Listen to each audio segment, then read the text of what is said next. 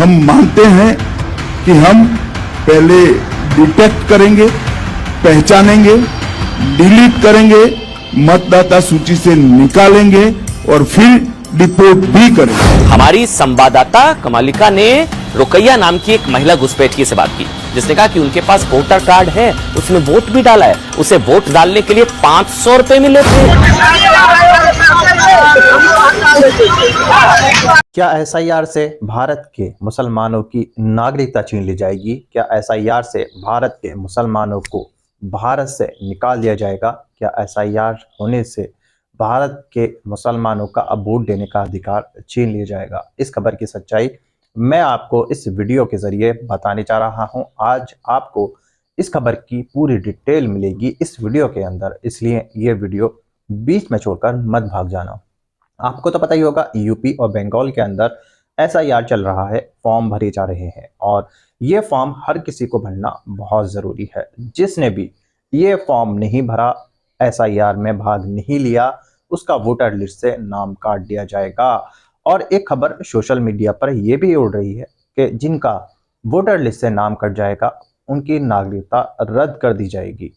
जी हाँ, आज इस खबर की सच्चाई मैं आपको बताने जा रहा हूं और एक ऐसा अमित शाह जी का बयान आपको दिखाऊंगा जिसको सुनने के बाद आपको इस खबर की सच्चाई और डिटेल जानने को मिलेगी और आपको पता चलेगा ये खबर वाकई में सही है। जी हाँ, मगर दोस्तों, ये वीडियो दिखाने से पहले मेरी आपसे गुजारिश है, आज का मेरा ये वीडियो पूरा एंड तक जरूर देखना और अगर आप मेरे चैनल पर नहीं आए हो, चैनल को जरूर सब्सक्राइब करना, साथ में इस वीडियो को ज़्यादा से ज़्यादा लोगों में शेयर जरूर करना। चलिए दोस्तों, पहले आप ये वीडियो देख लीजिए, फिर आकर मैं आपसे बात करता हूँ। इसलिए जरूरी है कि देश कोई धर्मशाला नहीं है। यहाँ मत देने का अधिकार, इस देश का शासन तय करने का अधिकार केवल और केवल उसको मिलेगा जो इस देश में जन्मा है और जो इस देश का नागरिक। हम मानते हैं कि हम पहले डिटेक्ट करेंगे, पहचानेंगे, डिलीट करेंगे, मतदाता सूची से निकालेंगे और फिर डिपोर्ट भी करेंगे। मतदाता सूची से निकालेंगे, यह शब्द कैसे गृह मंत्री अमित शाह बोल सकते हैं? यह काम तो चुनाव आयोग का है। दरअसल चुनाव आयोग एक स्वायत्त संस्था के तौर पर, स्वतंत्र संस्था के तौर पर काम करती है। यह किसी सरकारी आदेश पर काम नहीं करती। यह काम गृह मंत्री अमित शाह के अंडर में नहीं है। तो गृह मंत्री अमित शाह ये कैसे कह सकते हैं कि हम वोटर लिस्ट से नाम निकालेंगे? क्या चुनाव आयोग बिल्कुल एसआईआर जो कर रहा है वो अमित शाह के कहने पर कर रहा है? क्योंकि मैंने बयान नहीं दिया है, यह अमित शाह का खुद का बयान है। वो बहुत सारी बातें बोल सकते थे, लेकिन अगर वोटर लिस्ट का बात करेंगे तो सरकार ये नहीं कर सकती। ये काम चुनाव आयोग का होता है। लेकिन जब चुनाव आयोग थी सरकार के इशारे पर काम करे तो ये बयान देने का हक बन जाता है अमित शाह साहब का। देखिए, दावा भी कर रहे हैं। मोहम्मद सलमान लिखते हैं, एसआईआर ये एनआरसी का पहला प्रथम चरण है। वोटर लिस्ट से निकाले जाने के बाद हम उसे देश से निकाल देंगे। गृह मंत्री अमित शाह का ये दावा है। आगे सुनिए क्या कहते हैं पराकल। Probably, from Maharashtra it was 89, Bihar it is 90, maybe tomorrow in other states it could be 95, 99, 100 and more than 100 also. So we are progressing that in that direction. Just keep that in mind. Now the basic question, you were talking about the basic thing. No, you see the basic thing in our democracy is when we became independent.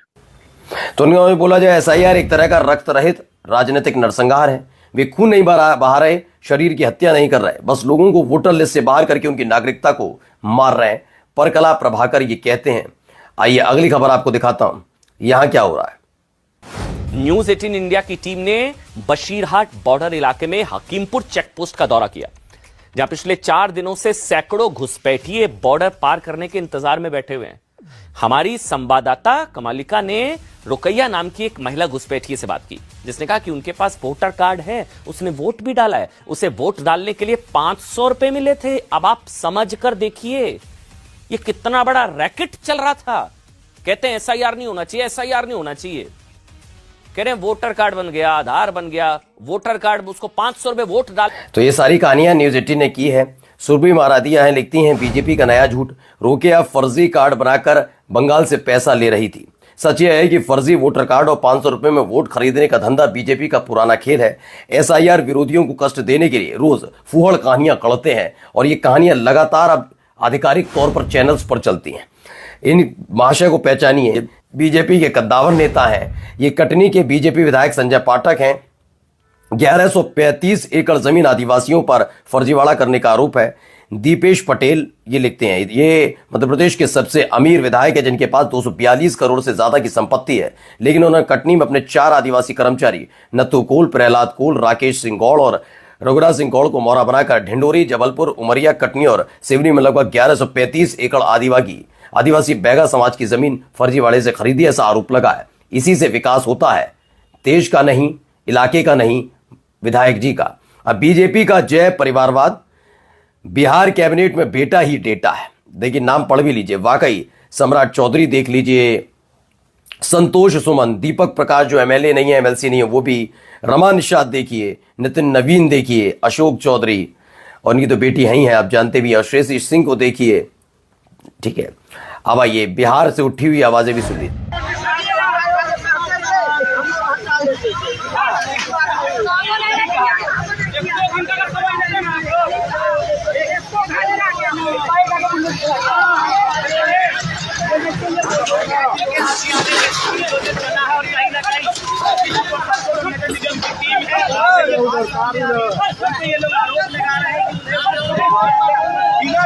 तो समस्तीपुर, बिहार, दिल्ली के बाद अब बिहार में भी शुरू हो गया है गरीब हटाओ अभियान। चुनाव में गरीबों की बात होगी, चुनाव बाद उद्योगपतियों के लिए रोती महिलाएं होंगी। ठीक बात है, और क्या है। अब एक तस्वीर निकलकर, दोस्तों देखा आपने ये वीडियो, मुझको पूरी उम्मीद है ये वीडियो देखकर आपको SIR के बारे में जानकारी मिल चुकी होगी। दोस्तों आपकी क्या राय है इस वीडियो के बारे में, मुझे कमेंट बॉक्स में आकर कमेंट कर जरूर बताना। दोस्तों आज की वीडियो में बस इतना ही, मैं फिर मिलूंगा ऐसे ही दूसरे वीडियो के साथ। तब तक के लिए सलाम, नमस्ते, जय हिंद।